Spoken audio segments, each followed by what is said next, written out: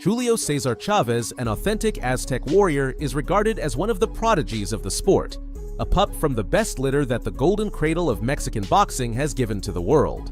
Roger Mayweather, better known as the Black Mamba, is a king in his own kingdom, a tough fighter to beat, with fists of steel and a body armor that not just any fighter could penetrate. What happens when you lock these two profiles within the confines of the ring? A true explosion of good boxing. Welcome!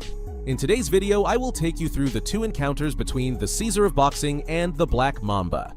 Determined to go all the way for victory, neither fight would end until there was only one man left standing: Julio Cesar Chavez versus Roger Mayweather. On July 7, 1985, Julio Cesar Chavez and Roger Mayweather stepped into the ring at the Riviera in Las Vegas to face their fate. This fight marked Chavez's first appearance on a US network, where he was introduced with a professional record of 44 victories, 38 of them by knockout, and 0 losses. In the other corner, Roger Mayweather had become a professional fighter in 1981.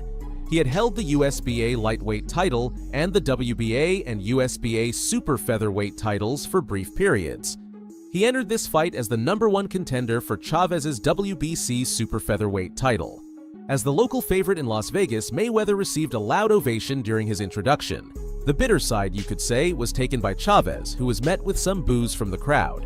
For this fight to happen, Mayweather had to lose 13 pounds in the few weeks leading up to it, a change that some believed had a lot to do with the outcome. First round. After the sound of the bell, Mayweather worked with the jab, but Chavez's cunning allowed him to block it most of the time. Mayweather didn't give up and kept trying to land punches, while the Caesar of boxing remained patient. In the early moments of the fight, the Mexican had only executed a straight right. Moved up in weight, Ben Castillos. This is his first American network. Mayweather began to lean on Chavez, which would be his big mistake. Eventually, Chavez's offense became more aggressive. The man who had been booed now showed a firm stance, betting on brief moments of exchanges. The Mexican pursued Mayweather calmly, like a hunter waiting for the right opportunity to take the perfect shot. Mayweather didn't hesitate to use his 7-inch reach advantage, placing his hand on Chavez's shoulder. Work the left jab and try to get that right hand in. Living in Culiacan, Mexico, where he is obviously quite a hero already. But that put additional pressure on you. He just smiled and said, "No, I fight for myself. I want." This earned him 2 warnings from the referee for holding. He's setting the punch now. No holding. The next morning, the sports press would describe this round as very boring. Later, it would be revealed that all the judges scored it in favor of Mayweather, which made no one suspect the outcome that awaited around the corner. Second round. Mayweather left his corner again, throwing punches, most of which he failed to land. Quickly, the Las Vegas favorite would sabotage himself. One of his combinations allowed Chavez to counterattack and land a couple of good punches. And the jab is starting to frustrate Chavez. Along with Dimas Hernandez Sanchez and Caracas Venezuela. The Caesar of boxing continued to have trouble getting past Mayweather's reach advantage, but like a true Aztec warrior, this didn't discourage him. Suddenly, the Mexican started throwing some straight punches and landed a solid right. Mayweather seemed to respond by landing a good right of his own, but Chavez's offense had already caught up with him, and he had no choice but to start running. Chavez proved to be faster and smarter. He caught Mayweather with a powerful right hand that left him no choice but to fall to the canvas and half into the ropes, his legs wide open. It was right beautifully, he just was hurt! At the end, Mayweather took 2 consecutive. However, referee Richard Steele ruled it just a slip, allowing Mayweather to get up immediately.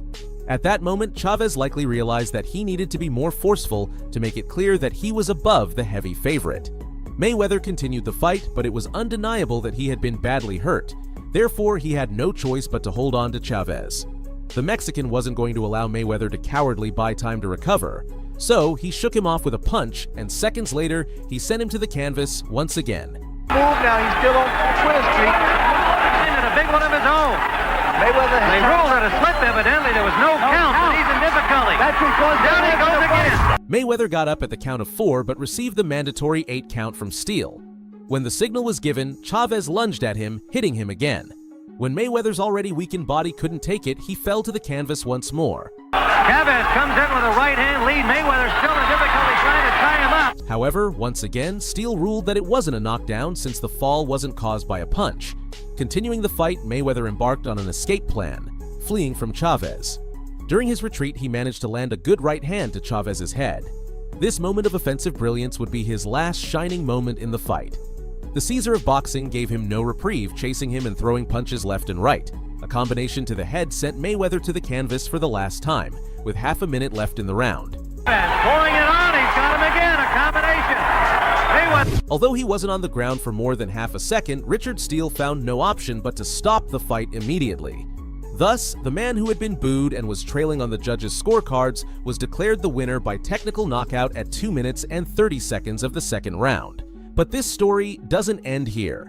This would be only the first time Julio Cesar Chavez and Roger Mayweather would face each other in the ring. Stay tuned for the second round. Julio Cesar Chavez versus Roger Mayweather 2.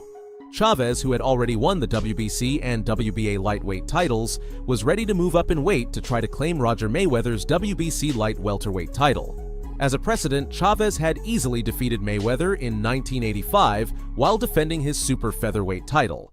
However, the uncertainty was greater this time. This was a weight class where Mayweather felt less comfortable than where he was most lethal. For this reason, in this new weight class, it was thought that Mayweather could maintain a higher level of effectiveness against Chavez. Even so, no analysis before the fight could predict the events that took place on May 13, 1989, in the ring at the Great Western Forum in Inglewood. For Mayweather, in the 4 years leading up to the second encounter, luck had been on his side. He had accumulated a total of 13 victories, including some controversial decisions over Mario Martinez and Vinny Pazienza.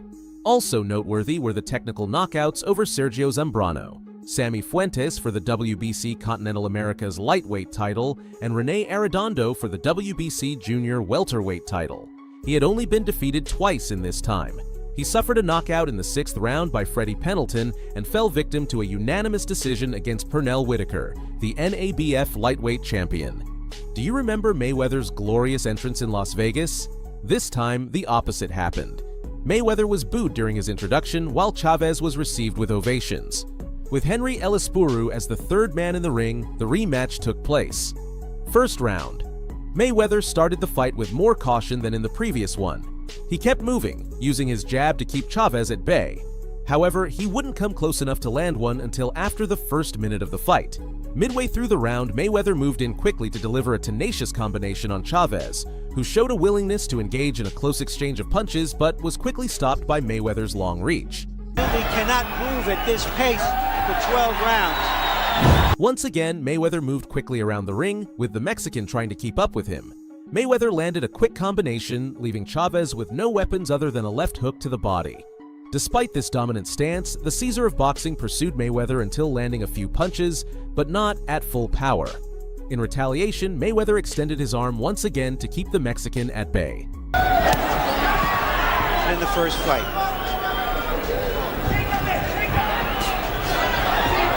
Has not landed an effective blow in round one. Second round.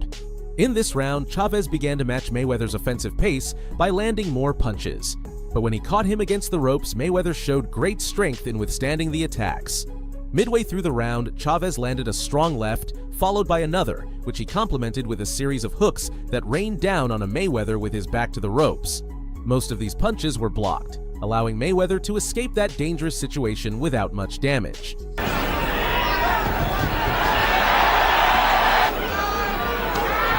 Here's a left. That left landed. Whether in their first fight. He stood him up. And this is what Chavez did to Mayweather. Even so, the Caesar of boxing continued to pound him with heavy blows. 2 minutes into the round, Mayweather landed a slightly low left punch, prompting a warning from the referee. In response, Chavez threw his own hook, not as low as the left he had received. Will his chin be as good at this weight as it was at 130 and 135? With the danger of history repeating itself, Mayweather started clinging to Chavez every time he got too close. However, this didn't stop the solid punches both fighters landed until the bell rang. Tonight, Jim, is he has tied up Chavez a couple of times. And a right to the Third round. The round started with Mayweather receiving a warning for holding Chavez. Although he continued to do it a couple more times, both fighters connected many punches, likely because Mayweather wasn't moving around the ring as much as he had in the previous 2 rounds. Mayweather's main offensive weapon was his jab, avoiding his strong left hooks due to the risk of receiving right-hand counterpunches in return. In this round, Mayweather was deducted a point for hitting too low. just a little bit. Like that. ducking and slipping again. An uppercut or two. He has not yet had a chance. Right, grimaced at that one. Chavez is a textbook fighter, but that was not in the... And the sheer aggression of Julio Cesar Chavez begins to take its... Fourth round. At the start of the round, Mayweather successfully landed a few punches. A minute in, Chavez landed a right, which Mayweather could only respond to with some antics. And there's the right cross. And an uppercut landed flush on right hand from Chavez. Mayweather clowning just... All of them were just an act. In reality, he hadn't taken that attack so lightly. As soon as Chavez closed in again, Mayweather resumed holding on to him. From the outside, Mayweather managed to land a couple of punches while trying to keep Chavez at bay with his fist or by holding on to him whenever he got close. After a brief exchange in the last minute of the round, Mayweather received another warning for low blows. At the end of the round, Mayweather clung to Chavez's arm, clearly refusing to let go even when the referee tried to separate them. Fortunately for him, the bell rang, bringing the round to a close.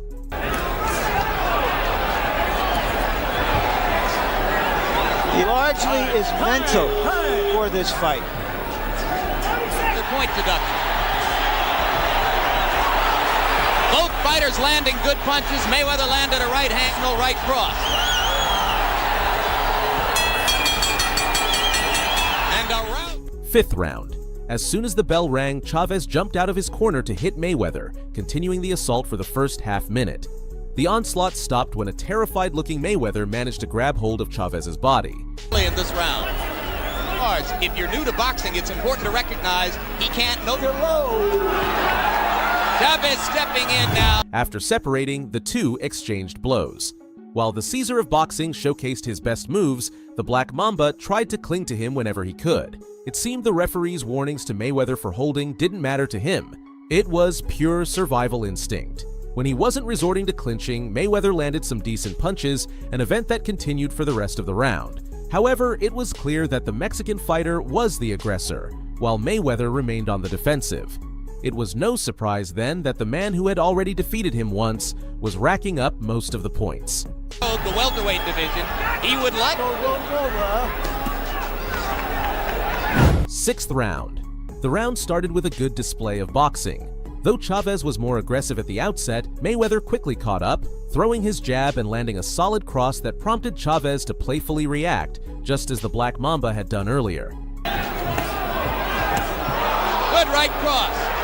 And now... Nevertheless, the Caesar of boxing remained the aggressor, as Mayweather soon resorted to his now traditional clinches whenever he felt cornered. Toward the end of the round, Chavez slowed down his punches. He was likely tired from all the work he'd done up to that point. But even with low energy, the Mexican fighter was still more active offensively than Mayweather. The big risk would come if Chavez, from this point on, began to gradually decrease the intensity of his attacks. Any misstep could be exploited by the cunning Black Mamba. More sprightly. Now Chavez lands a left and a right. More than he's ever carried in his boxing life.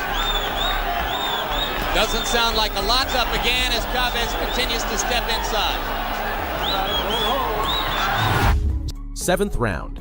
Luckily for Chavez, Mayweather wasn't very aggressive during this round. Most of the time, the Mexican chased him, relying on his left hand and trying to work his victory from the inside. In the final minute, Mayweather lost his balance once and now seemed the more exhausted of the two. Still, he occasionally landed good punches. Just before the round ended, a close exchange of blows erupted, continuing a bit after the bell until the referee and Mayweather's trainer, Jesse Reed, managed to separate the fighters. At this point, the tension could be cut with a knife. And the very good professional fighter, Julio Cesar Chavez, has never lost. Eighth round. Sometime during the first minute of the round, Mayweather suffered a small cut on his left eyelid. Chavez wasn't unscathed either, with a small cut on the bridge of his nose. The weight of the rounds was evident and both fighters were slower than usual. Throwing fewer punches, both had a better accuracy percentage, likely because their defenses had slowed down a bit too. Midway through the round, Mayweather attempted to show off by dancing while throwing a careless flurry of punches, which led to a clinch. Mayweather's eye is cut. All of a sudden, You take a punch. coming. When the referee managed to separate them, he called for time so the ringside doctor could check Mayweather's cut. Only with the doctor's approval did the fight continue. In the final minute, they exchanged blows, landing some clean punches, though none significantly hurt the other. Mayweather clung to the ropes with one hand for a couple of seconds while hitting Chavez, earning another warning from the referee. After the bell, the referee grew concerned again as punches were still being thrown. Like two lovers who hate each other, Mayweather held onto Chavez's body before returning to his corner. Flurry again after the bell, third time in the fight. Ninth round. The last 9 scheduled minutes of the fight began, and both fighters stepped out of their respective corners on the wrong foot. Both Mayweather and Chavez missed many punches at the start of the round. Midway through, the Mexican fighter finally managed to land a couple of good punches. Mayweather didn't respond until he was safely at a distance. Maybe no more punching power than he had at 135, but no apparent loss of power. He worked hard to prevent Chavez from gaining any advantage in terms of reach, even going as far as holding him by the waist when necessary. In the last minute, Mayweather landed a combination while Chavez was backed against the ropes. Even so, the Black Mamba remained more focused on maintaining his guard than on the effectiveness of his attacks. Not even a concrete wall could prepare him for what was just around the corner. Like the Rosario fight did in the late stages. And now Mayweather is resurging again. 10th round. Mayweather started the round by keeping a safe distance. While moving around the ring, he threw his long-range jab to prevent Chavez from getting close enough for a good shot. His strategy seemed to work during the first half of the round, but it wouldn't take him far. When the Black Mamba found himself cornered against the ropes, he received a couple of heavy punches from the Caesar of boxing.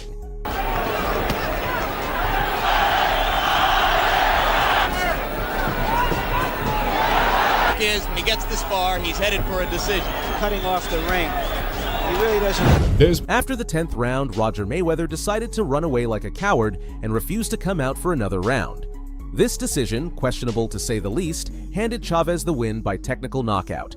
With the entire arena in shock, no one could believe that the Black Mamba had simply chosen to give up the chance to even the score. On the other hand, the Mexican fighter shone in the pantheon, with the gods smiling down on the Caesar of boxing. After this bout, Roger Mayweather continued his journey in the sport for another 10 years, but unfortunately, he was never able to boast about defeating the Caesar of boxing.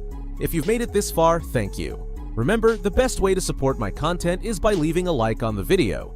Do you think Mayweather really had a chance to beat Chavez in either of their 2 fights, or was it simply a tale of inevitable defeat? Let me know in the comments.